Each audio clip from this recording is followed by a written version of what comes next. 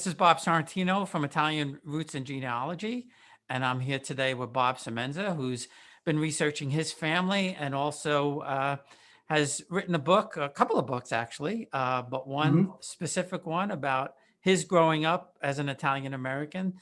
So welcome, Bob. Thanks for being here. Okay, it's a pleasure to be with you. I really looking forward to this. Great, great. So I want to start with your Italian families and your research. So were both your parents Italian? Yes, yeah, my father was born here, but my mother was born in Italy, in Calitri. Yeah. Oh, okay. And He, he where is came up. that? That's over near Avellino, over near Naples and all. Both my families are from that area. Yeah, Oh, yeah. okay, great. She came over when she was about 6 years old. So, And what year was that? oh wow, you got me in the early 1900s sometime. Yeah. Yeah, and my dad's family is from Naples, and Hmm. my going back several hundred years, my ninth great grandfather was the Prince of Avellino. Oh, really? Okay. Yes. Yeah, I think I heard that in some of your prior podcasts Yeah, that I've been yeah. listening to. That's Um, interesting. yeah, and both my families came. My both my parents were born here, but both my families came over around the same time, about 1915. Hmm. Okay. Um, Yeah, well, so my grandfather came over in 1888, around there, before he actually landed at Castle Gardens, I guess, before they started Ellis Island. So, but I'll get into that. Oh, that's really neat. Yeah, I haven't talked to Yeah. anybody who's come through Castle Gardens. That's a long Oh, time ago. really? Okay. Yeah, yeah. So with that, do you know why they came to America? I can only guess it was poverty. I mean, they were, uneducated, and things were rough over there, as you know, during those years and all. And there were, many Italians that came over during that period. So, I mean, I unfortunately know nothing about their life over there, and I'll get into that and my frustrations with trying to trace my family history back. Yeah, so why don't we do that? Why don't we start with your paternal family and Okay. where they come from and what you found out about them? All right. I really started to get into this because I always doubted our family name. I never thought our name was really Semenza, Semenza. I met a lot of Semenzas over the years, but they were never related to me. So I really wanted to go back and find out more about my family history. But first of all, I had to get the name right. So, and I also planned to go over to Italy to visit some of the places where my descendants were from. So I felt I had to learn Italian. So, a number of years ago, I took a number of adult education courses, took a lot of online aids and all, read a lot of books and all, and tried to learn Italian, which I still have not been very successful at. But anyway, I knew very little about my family. About all I knew was my father would say they were from Avellino, but Avellino is a big place. We're in Avellino. He never mentioned the town where they're from. I knew that he always said he was born in Little Italy, which I couldn't quite understand because I knew he was raised in Tuckahoe, New York, in Westchester. Mm-hmm. And the only other thing I had to go on was at one of the family picnics, I had gotten one of my aunts, I believe, to write down a rudimentary family tree. And she did it on the side of one of these big, these brown grocery bags that she used to get in the grocery store. In fact, if you go to Arthur Avenue now, they still have those bags. And they still, in some of the stores, they'll write down everything you want, add it all up in their heads, So, Yes. so I had that old bag, and I had a couple of handwritten notes, and that was about it, and my father said he was born in Little Italy, and he always mentioned the Ferrara family, the famous bakery there on Mulberry Street. And Yes. my mother, he would say that they would cater their wedding and they were friendly with the family. But, we also knew that they met on a trolley. My father was a conductor on the trolleys that used to run back and forth between where I was born in Rochelle and Mount Vernon. And we know they met on a trolley. He went into the First World War, but the night before his unit was shipped out, he sneaked off the base.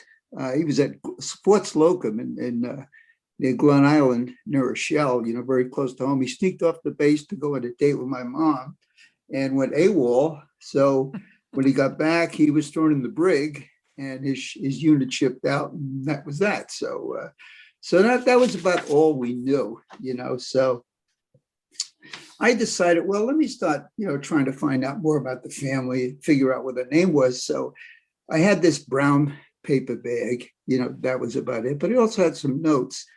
And on the notes, I had listed somewhere in my handwriting, somewhere in my other family members' handwriting, but there was a town listed, San Paolino or something like that, and Tufo, So I went online, and sure enough, there's a Santa Paolino in Avellino, the province of Avellino, and there's also a Tufu. So I started to research family names in Santa Paolino, and I found that, there was Semenzas there. In fact, there was a Via Semenza, which was pretty interesting. But I also found there were a lot of Sementas, Sementa, okay? And then I looked at Tufo and some of the other surrounding towns, and there were a lot of Sementas, TA rather than ZA. And I figured, oh wow, I might have something here, So I kind of put that aside, and I was busy. I've had a number of careers. I was a partner with a international accounting firm in New York City, KPMG, and then I retired early. I was a professor at Quinnipiac University for about 17 years. So, and the other thing was, my wife Marie had Parkinson's disease, so she suffered with that for about 25 years. So I had a lot on my plate, but anyway, I got back into this a couple of years ago, and my granddaughter, Megan Welch, agreed to help me. So we started to go online to try and see if we can find out more about the family. She joined Ancestry.com. And then the first thing we found out was, they did live in Tuckahoe, and they lived in I guess a tenement. It's no longer there. I've tried to find it, but in 1905, and this is interesting, we found my grandfather living in Tuckahoe with his wife, 8 children. His mother, we think, might be his mother-in-law, his brother Luigi. And there was, and I mentioned these handwritten notes, there was a Luigi mentioned. So it was his brother, there was a brother Louis. And then there were 14 boarders listed as laborers. We have no idea what that was all about. And also listed on that on the census was a 3-year-old young girl named Rosie. And that was really interesting. And then so I went back to the brown paper bag, and sure enough, there was a Rose on there. And it sort of had been squeezed in between, sort of as an afterthought. And I asked family members, "Who's Rose?" And we had an Aunt Rosie, who was we knew her, but no one knew anything about this Rose. So that was kind of interesting. And then my granddaughter Megan kept digging into it, and was sitting there one day, and she suddenly looked at me and she says, "I don't know if I should tell you this." And I said, "Well, what is it?" She found Rose. Okay, on a 1910 census taken at the Rome State Custodial Asylum in Oneida, New York, which really struck me hard when I heard that. She was 8 years old. I still get emotional talking about it. I could tell, yeah. And then she later on we found out she passed away. I've never taken it beyond that because it's kind of too hard to take that. I had a little aunt here who was in a asylum. What was that all about? I know times were a lot different then, but that was kind of hard to take. In doing this research, you find out a lot, but you also find out things that you really hope you never knew about them. You know. So anyway, so we went on. That was kind of interesting, and then she found out something that really shocked me. She found out my father, at the age of 10, was put into a a reform school, I guess, the New York Catholic Protectory in New York City. I don't know if you know anything about No. that place. Oh, no, never Well, heard of that. we've done a lot of research on it. It was in the Bronx. It was very, very, everything I read about it was very favorable. So it looked like it really was a wonderful place. But, he was there and he spent, as far as we could tell, 5 years there, which is really sad. Wow. And the first year he was there, over that first Christmas, he was put into a hospital with tuberculosis. Never knew anything about this. Now, that's kind of interesting. Now, I know you're involved in the Tenement Museum in New York City, and you know that TB in tenements was pretty common, and that was one of the major afflictions, and also that was also kind of sad. But it looked like he went on to spend about 5 years in that protectorate, and he went home, I think, on one occasion, and then came back. Another couple of other family members, Len and Jennifer Pajali, also were doing research, and they found out a lot about this institution. They also were able to find his what do they call it? A card that they make out when they're an input card or something, of their record while they're in the protectorate and all.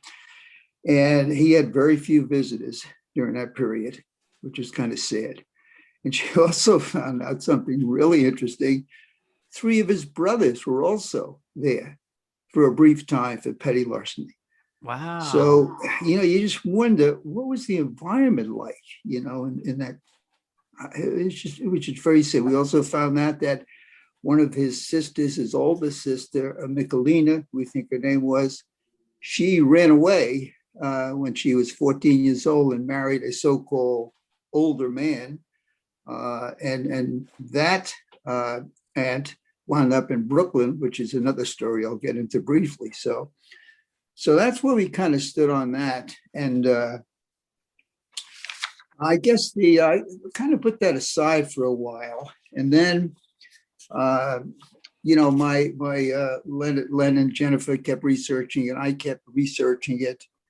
And then we found out that there was another relative that we found out in Brooklyn, actually out in Far Rockaway.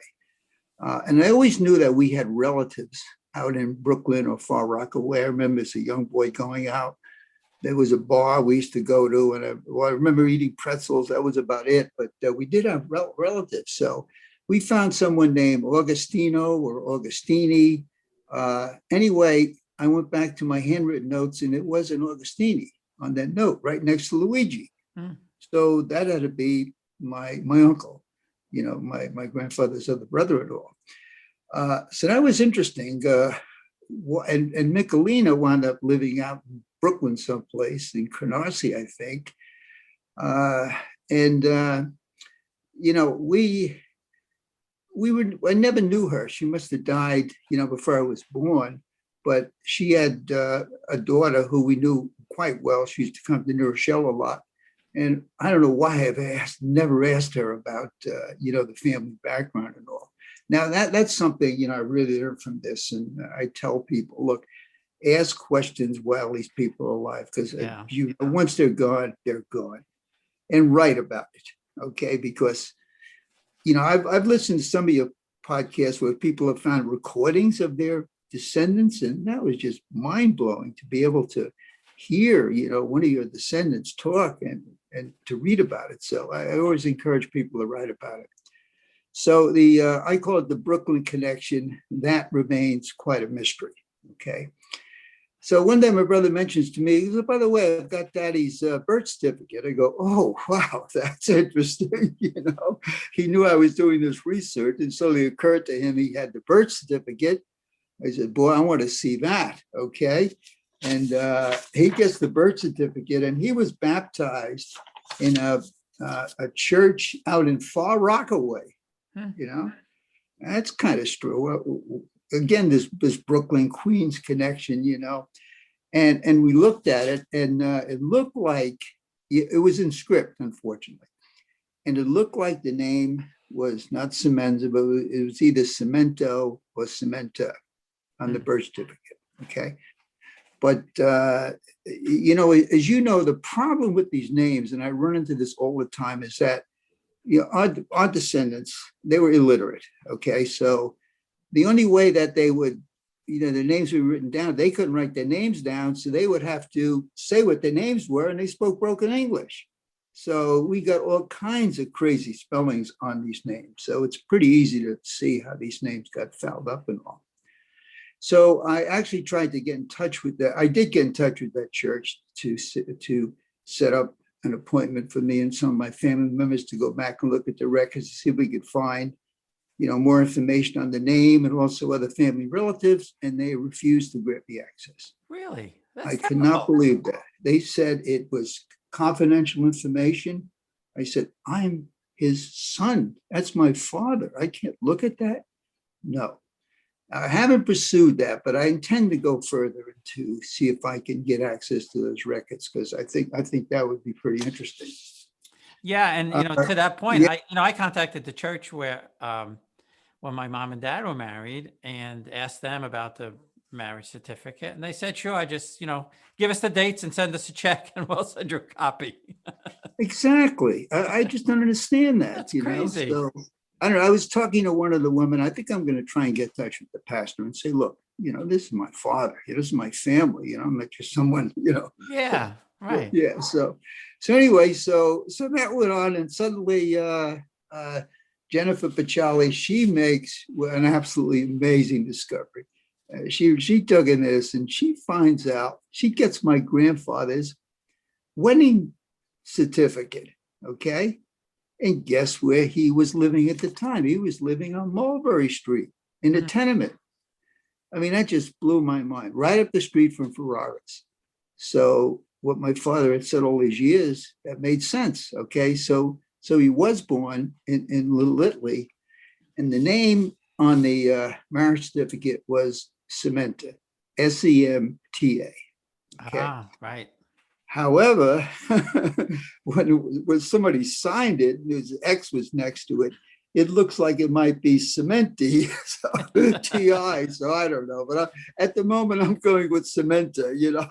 That's about all I could do.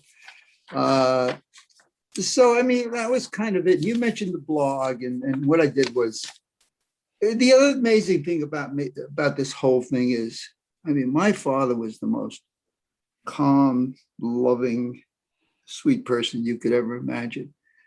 And never did we have a hint that he had a background like that. And also my uncles, were wonderful people. When I told the family about this, they couldn't believe it. They just could not believe it. And, but so that kind of, it's a dichotomy I can't figure out. The only thing I could figure out is, because I know that he met my mom in the trolley, and she was a tough woman, my mother, but she was a very loving, caring woman and all. And the only thing I think of is, somewhere along the line, she must have said to him, look, if you want to get married, you're going to have to straighten out and go the straight and narrow. That's the only thing I could figure, that it was her influence that turned his whole life around. She worked in a dress factory, right? I'll get into that.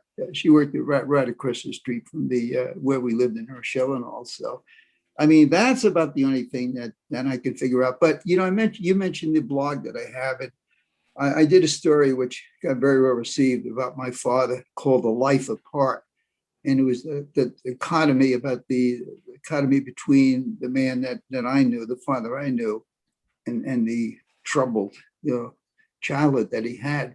He also, I was always amazed. He could do anything. He used to cut our hair, unfortunately.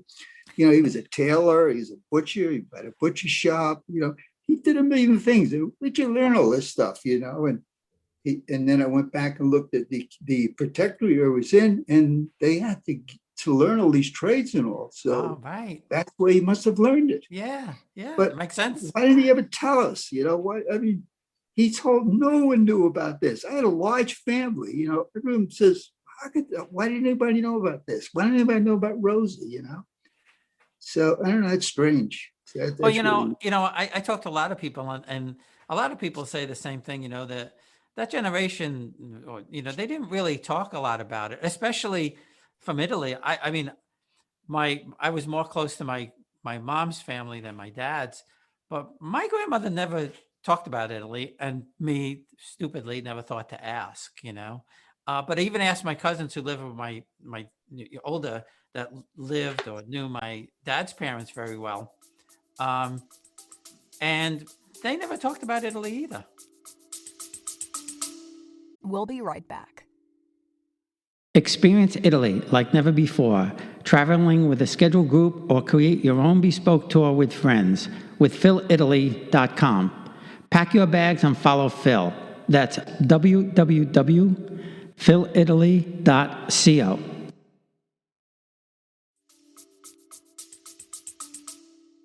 That's interesting. Yeah, I know.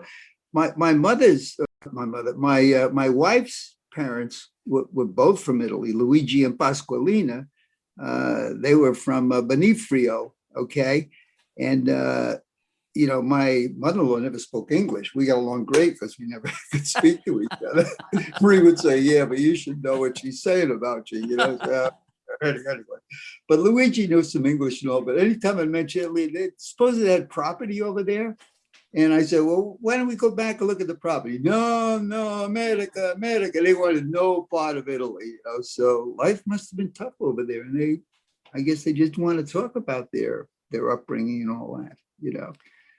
So Yeah, I mean, I know my uncle, that was my cousin who taped my uncle, and they lived in Bari until 1949, and he yeah, wanted to make a trip back, not to stay. He just wanted to go visit, and my aunt wanted yeah, no part of going back. They didn't have they didn't have plumbing or any of that kind of stuff. exactly. In 1949, they didn't have it. Wow. Have you been back now? Have you been back to the? I've been back. We were there 25 years ago. We were supposed to go last year, and of course we couldn't go. Yeah, obviously, yeah. I'm still hoping maybe we could get there this year. I don't know. That's not looking great. Yeah. But when I went back, I wasn't researching at the time, and I had no idea that when we were in Naples, that my grandmother's family, actually both my father's parents lived a half a mile from the train station in Naples. And I had no idea. Really? We Is could have that walked right? there. We could have walked there. It was that close. Wow. Now, have you been back? Have you been back to any of the towns? I've been to Italy many times. Oh, great. Ski a lot over in Italy. I've spent a lot of time in Italy, and but never went to Avellino. And we were there the first time I took my wife to Italy. We went to Amalfi, which we loved. Yeah. And you're familiar with the Amalfi Coast? Yeah, we stayed in Sorrento. Place in the world. Yeah. And I made a mistake of renting a car, and those crazy roads and all. And I started driving up to Sorrento from Amalfi, and she started crying and all. So I had to turn the car in. So there was no way we were going to drive to the mountains of Avellino or Campo Bas. So, but I do intend. I don't know when though to hopefully go back. I've spent a lot of time in Italy, and some of the family members are interested in going back. And now that we got a better handle on the name, maybe we'll do it. I don't know. It's down the road. So yeah, I mean, we had a whole trip planned with her name's Letizia Sinisi. She runs Italy Rooting, and what she does is she actually gives you, a made-for-you genealogy tour, if you will. So really, we were going to go to my third great grandparents were the Duke and Duchess of Capricotta, and wow, their palace or their palazzo is the town hall now. So they were going to take us there. We were going to go to Avellino. We were going to go to Calabria, where there are still a couple of homes from the Piermalo family down there. And we were going to have lunch with 20 cousins and all of this stuff. And I was just, I mean, I don't get crushed easily, but I just been so crushed about this whole trip that we were planning for a year. Oh, and wow. a month before we go, everything's locked down, but the good part about it is since then, I've met so many great people in Italy that I never would have met had I not been doing this. Sure. And This is great. Gianluca in Calabria says, when you come to Calabria, I'm going to take you to the Pio Malo homes. And I met Francesco in Sicily, who told me, I'm going to take you. My wife's mother is from Shaka. I'm going to take you there, and we're going to show you this, and I'm, do all these things. So maybe it was a blessing in disguise that this got postponed. I don't know. Yeah. But I do want to ask you about growing up as an Italian American in the 40s and 50s, and fascinating about the nicknames. I understand your nickname was Chesty. So I'd like to know about that. I still get called Chester by some of the ones who are still alive in the old neighborhood. But I had just an amazing childhood, and I always wanted to write about it. But I got so busy in the business world, and then when I could have went into semi-retirement, I called going from the business world on Wall Street to college professor is like semi-retirement. So I started writing the book, and it took me a long time to write it. And I was amazed at the memories I had and all. And finally, in 2007, I published the book. But let me start. I was brought up in the West, okay, up the West New Rochelle, New York, 45 minutes from Broadway. George M. Cohen. Yes, yeah. It's all about West New Rochelle, okay. It was a very unique neighborhood. It was a very small neighborhood, mainly Italians, and some people get offended by this, but we called them colored people back in those days. We didn't call them blacks or African. They were colored people, and that's what they were. We had a lot of coloreds and Italians, but mainly Italians and all. And so I always wanted to write about that, and it was a very unique neighborhood, and I'm sure you've heard this from a number of people. It was a very close-knit neighborhood. We were surrounded by family and friends, and never a dull moment. But I thought it was just great, and I called the book "The Last Best of All Times" because that's what I think they were. I don't think we'll, unfortunately, ever have a period like that again. And when I talk to people about the book and all, and tell them, I wanted to preserve the memories, and people I talk about will say, well, yeah, that's great, because we talk to our descendants, our children and grandchildren about it, and they have no idea, what life was back. And so I wanted to preserve those memories so that, we have them, continuing on. So that's why I wanted to write the book, to mainly preserve the memories and all. And when I wrote it, and I had a book signing at the Boys Club, and that was a big thing in our lives in West New Rochelle, which was very well attended. I've had a number of book signings. I was a self-published book. I've had a number of book signings, and a couple of years ago, I went back to the St. Anthony's Feast back in West New Rochelle. And that was really interesting, and sold a lot of books. And so the book has been very well received. But let me tell you a little bit about the book and all. We lived in a two-family house, okay, 228 Union Avenue. All right, we lived in a house with my aunt and uncle, and it was my brother and I, my brother Charlie and I, and then our two cousins downstairs.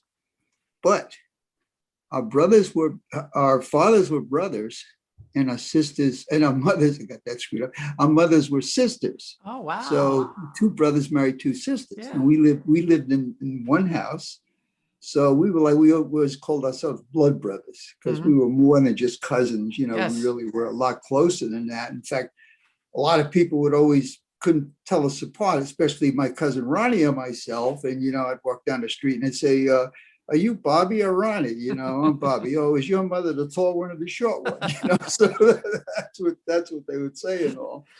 But so we lived there, and it's interesting because my mother's family, they were Cadellas.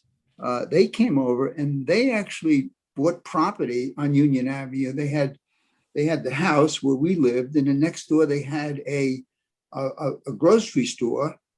Which I think they ran at one time, and there was a hall above it which they would have festivities and all. But they lost that the grocery store during the Depression, I think. So we had the one house, but, we lived in a top floor. My aunt and uncle lived in a bottom floor, but the bottom floor was bigger and whole than the top floor. But I think it was because my uncle, who lived downstairs, had emphysema, so he couldn't make the stairs. So I think that's why we lived in the top floor. But it was just wonderful. We had cousins all around the corner. Food was a big thing in our lives. I mean, we lived in a block between 2nd and 3rd Street. I mean, there were 2 grocery stores. There was a chicken market across the street. We used to go get live chickens. I mean, that's a book in itself. We had a fish market on the corner. Okay. We had, a tailor. We had everything. It was like our own little world right there. Pizzerias around the corner, 3 bakeries. Right.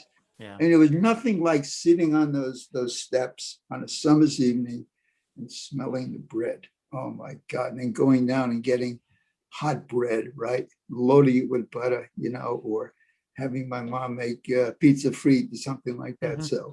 So I mean, I don't have to tell you this, but food was a big thing, and Sundays and holidays were just unbelievable. And that's why it was called Chesty. It was a lot of food to eat,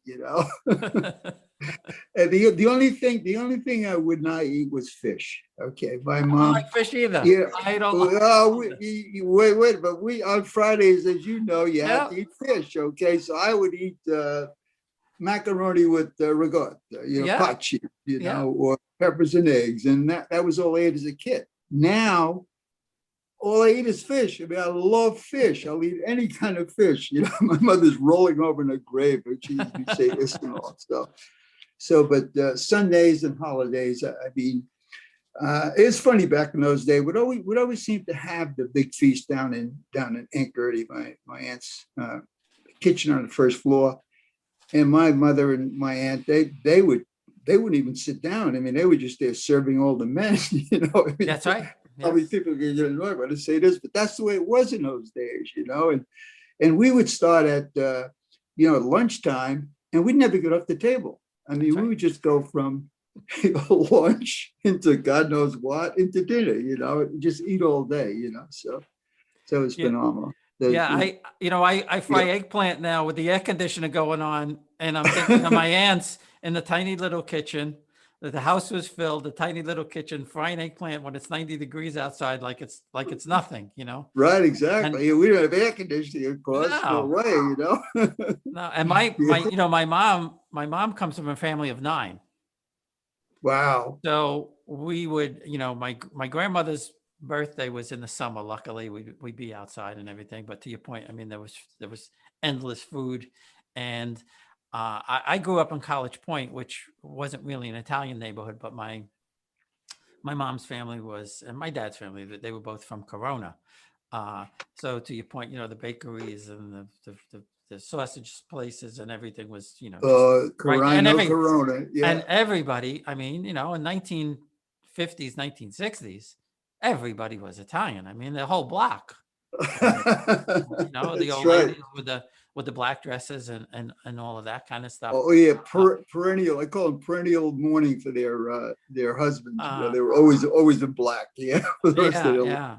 And I write about that. That's in the book, of course. Yeah. Well, my dad's mom, she wore black. I never saw her in anything but black. My grandfather died when I was 2 months old in 1951, and my grandmother wore black till the day she died. My mom's mom wore black for 3 days. Then she was back to the print Vestalia, and the Italian ladies were crazy over it. Our friends were like, how could you do it? And she said, what am I going to do? I'm comfortable or whatever. So, 2 completely different, personalities, but we had the same meal. We would start, Thanksgiving or Christmas or Easter would start at, 1 o'clock, go at 6 o'clock till 6 o'clock, till you had dessert. There you go. About a half hour later, my aunt would be asking us, you want a turkey sandwich? Or So let me ask you this. Let me ask you, you had non-Italian friends, I'm sure. Did you have to try to tell them don't eat so much on this course? No, I did not have any non-Italian friends. Really? I did not. know what a Protestant was. I went to 6 years of Catholic school. I don't think I met a Protestant until I was. Our world. You were either Italian or American, okay? And the Americans were Mexicans, Yeah. And the only Mexicans I knew were, a few Jewish people or a few Irish people, but no, I didn't have any non-Italian friends other than the colored guys, and they, so that was it. So Yeah, well, we used to go to the beach, and we go to the Yeah. beach with eggplant parmesan, sausage and peppers. And you look at the Americans they had over at the tuna next fish. blanket, they had tuna fish and peanut butter and jelly. Well, no, I'll tell you what we had though. We had two schools. We had St. Joseph, the Catholic school, which I went, of course, and Columbus School across the street. Okay. So sometimes we would go to Columbus School for some reason in the cafeteria. We didn't have a cafeteria in St. Joseph's, but they used to serve chipped beef on toast and those American dishes. And what's this stuff, So that was about my only exposure to non-Italian food, until later in life. Let me ask you, what about the Malakia? Did you have the Malakia in your neighborhood? Oh, yeah, of course. Yeah. Yeah. Yeah. Oh, yeah. I read about that. We had the, when you were overlooked, and you had to go to the Malakia lady for the cure, and it always worked, Home remedies were a big thing in my family, okay? And I think that's the reason why I very seldom miss school, because I don't want to make believe I was sick because, Yeah, the remedy was worse than the disease. In school, enemies, or somebody used to have this thing look like a weapon, a throat swab. If you had a sore throat, oh my God. I never heard of that. No, I didn't. I missed that one. With Odgerol, you ever heard of Odgerol? Or if you were really bad, iodine. Really? Oh man, home remedies were. So I would always. The enemas I know because my Aunt Dolly, she was the queen of the enemas. Anything that you had, she was giving you an enema. And of course, when you were sick, you had the pastina and all of that kind of stuff. Oh yeah. And Coca-Cola syrup was a big thing. Never If you had a had sore that. throat. Yeah, see that was, and I'm a little bit later than you, so maybe that we went But from iodine to Coca-Cola syrup.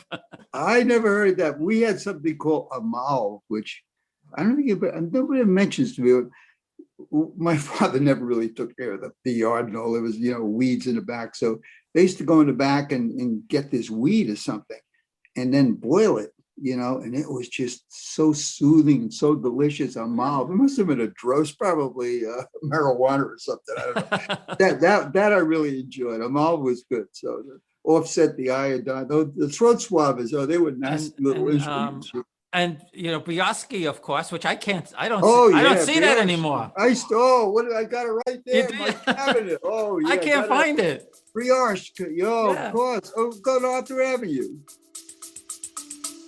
We'll be right back.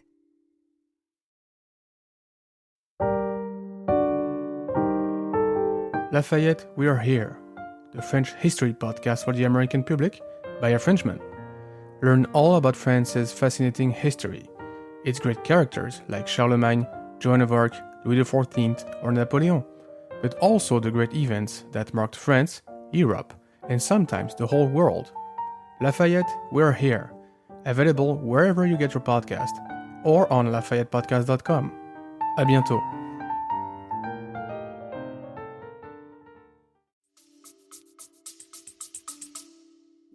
Yeah, I guess that's where you have to go. You have to go to. Oh, no doubt about it. Yeah, I used to be in Arthur Avenue all the time, so I'm going to go back there, and I think next week, because I think it's open again. But this has been terrible.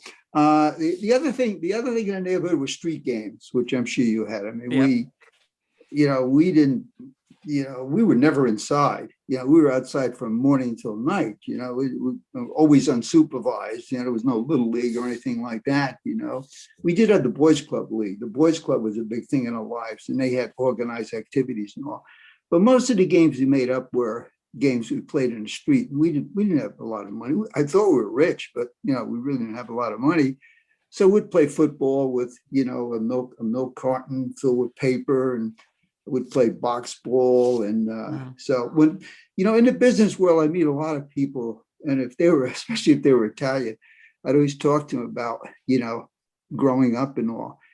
And everyone was always the same. I mean, they all came from, similar backgrounds. They didn't have a lot of money, but they were happy, and they just loved their childhood. And they always talked about their games that they played, stickball and all these games and all. But I never found anyone who played a unique game that I invented called clothespins. We had a clothespin league because our streets, there were too many cars and all. So we never played stickball. We used to play with clothespins in my backyard. And I had a regular league. I was a big Brooklyn Dodger fan, which is another story because I was the only Brooklyn Dodger fan in Western Rochelle. And that was the golden age of baseball. Yes, you had the right. Dodgers, the Giants, and the Yanks. And I'd argue then because every year my team would lose, and I'd have to take all this abuse. But so I love baseball. So I organized this league. It was back before you had the reserve clause and all that. So everybody had to sign contracts. They were spring training. There were tryouts. I still got the records. I kept the records Wow, from all the pitching records, the hitting records. So I never found anyone who ever played clothespin baseball. So it's lucky we didn't get our eyes poked out, playing with the clothespins. So we had a lot of clubs, Crusaders, Cowboys and Indians. Movies were a big thing. We used to, I don't get arrested. We used to sneak into the movies a lot. We had some unique ways of sneaking into different movies, which I write about and all. Basically, we lived, as I found out later, in a sheltered life, and you see everything that was going around us. But, it was the last best of all times in my mind, Yes, no, Yeah. I agree. And Yeah. for anybody who wants to, I'll put the link out there, but for anybody who wants to, find the website or find the book, where would they go? Yeah, it's on Amazon. So they can just go, you can type in my name or type in last best of all times. It's on Amazon. What I did was working with mainly my grandson, Robert Scala, who set up the website for me. These young people are amazing and all.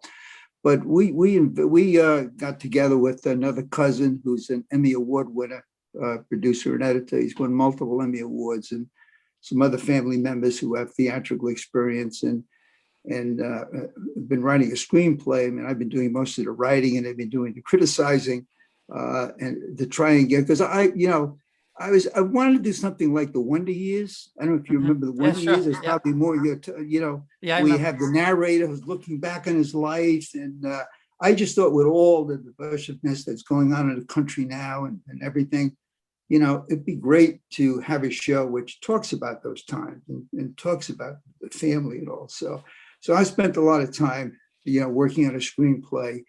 And, we've tried to make, we've made efforts to try and pitch the show and talk to some people and all, but then the virus hit and all that sort of stopped, but so what I decided to do is, because I love to write. I mean, and with all this time I have now, it's a good way for me to spend time. So what I decided to do was to write it as a novel, which is not easy to do. So I'm writing a novel now, and then hopefully down the road someplace, I hope to turn it into a screenplay and maybe get a break somewhere like Chaz Parliamentary got, with the Bronx Tale, and yeah. maybe get it as a series or something. I don't know. It's a dream, impossible dream, I call it. Yeah, no, I know. I'm working on something myself, and I know it's hard. But one other thing that we have in common is, as I know you wrote a beautiful song about your wife. I've written two songs for my wife. Really? Not quite as operatic as yours. One is kind of a a rock ballad, and the other one is she kept telling me, because I was in a band, that she kept telling me, why are you always writing songs about boobs and beer? So the second Now, song I wrote about boobs and beer. Can you send those to me? Or absolutely, yeah, I'll send them to you. Yeah, I'd love to listen to them. Oh, that was quite a story. And as I said, my wife suffered many years. And by the way, as I think I mentioned, I did write a book. I started keeping a diary when she got sick and all. And I did it for a couple of reasons. I did it mainly to kind of just sit down at the end of the night and collect my thoughts and write down what happened, and then try and plan, what to do for the future and all. But so I had a lot of copious notes. And so when I wrote the book about her, it was I had a lot to go on. And incidentally, I had a quote that was, I think I responded to something in the New York Times and it got published. And I talked about kind of the positive side of caregiving, which is kind of, how can caregiving be positive? But, I pointed out the things you got to do to keep positive and to maintain your life and all that. And some young journalists on the West Coast found this and hunted me down. And she actually found me, got my phone number through a sailing club I belong to. And she's writing a book on caregiving, on the quote positive side of caregiving. Mm-hmm. So she's read my book, which she really loved and all. And I'm working with her now on the book. Basically, she's going to include a section on the book about me. But the song was interesting because my wife spent a number of months in a hospital, and I didn't think she was going to survive. So, I wanted to let her know how I felt, that I'd always be there for her. So the song was called Near to You, and that's how I got to write the book. Again, I learned I'm a terrible musician. I've still got my keyboard. I'm terrible, but I love it, So I learned a lot about music, composition, and so that's how I got that. Yeah, well, I'm a horrible guitar player, but I had a But good it's friend great, that helped me. Yeah, I have my good friend Brian. We wrote songs together again, and I will come up with the idea and usually the lyrics. And I would say, Brian, I think this should be a rockabilly song, and he'd say, okay. And the next day, he'd have the whole thing worked out with a lead and everything like that. So yeah, I'll definitely send you some of that. Yeah, stuff, no, I definitely want to hear that. Now you were living where in Jersey someplace, right? I'm in Bradley Beach, New Jersey. Yeah. Okay, yeah. Now you're involved in the Tennessee Museum, I think, or in the city. I've interviewed Dr. Shelsa, who's I guess the president or curator of the Italian American Museum. It was in an old bank. Okay, yeah. And they're building their own building. Oh, right, yeah. I Yeah. did go online and check that out. Right, Yeah. okay. And it's supposed to be Columbus Day this year. It's supposed to reopen. It's gonna Really? open. And Yeah. so I had an uncle Columbus, by the way. The story, Uncle Bumbo. You talk about characters, but the story goes he was named Columbus because his father lost a bet. I had to name him Columbus, but he was a character, Uncle Bumbo. He was something else. Well, maybe we can get together in the city someday, and when things settle down. I'm in the city. I used to be in the city a lot. Absolutely. I bike all over the city. I bike probably every neighborhood in New York City. I love to be there. Oh yeah, no, sure, yeah, definitely. I mean, I'm almost at the end of my 2 days. 2 weeks, I mean. So okay, yeah, I'm well beyond that. So that's good. Yeah, it was tough tracking it down here. And my wife she got her second shot yesterday. So yeah, so we're getting there. So well, this has been great. Absolutely fascinating. A lot of fun. I can't tell you how much fun I had. I've enjoyed it. I was apprehensive about this, but I really enjoyed it. No, I think we could have done 4 hours on it. Oh yeah, okay. But thanks again, and okay. Well, thank you. I really appreciate it. Okay. All right. Take care. Okay. Buongiorno. Hey, Buongiorno. Yeah.